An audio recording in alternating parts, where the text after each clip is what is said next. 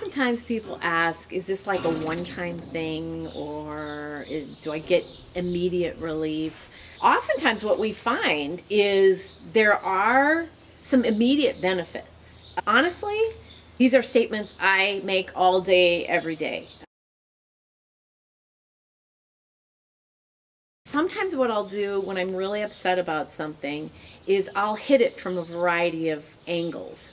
Maybe I'm upset with my husband for something. I forgive Dave for being unkind. I forgive Dave for being unkind. I forgive Dave for being unkind. And then I tap that in, and I forgive Dave for making me feel devalued. I forgive Dave for making me feel devalued. I forgive Dave for making me feel devalued. I forgive Dave for modeling that to our children. I forgive Dave for modeling that to our children. I forgive Dave for modeling that to our children. I forgive Dave for raising his voice. I forgive Dave for raising his voice. I forgive Dave for raising his voice. Again, so I'll hit it from just a whole bunch of ways that it hit me, or different parts of how it hurt me.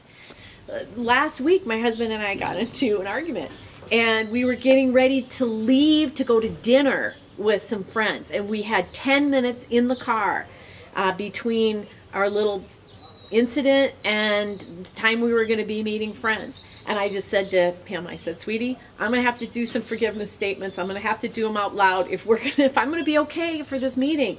He had to do some tapping too, because when I was tapping, it was tapping into some of his shame. And so that wasn't my intent.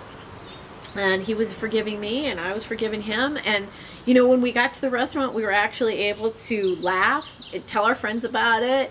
But the space was clear. There wasn't this tension that we were hanging on to that made everybody uncomfortable. And if we hadn't done that forgiveness, that tension, that discomfort would have been there.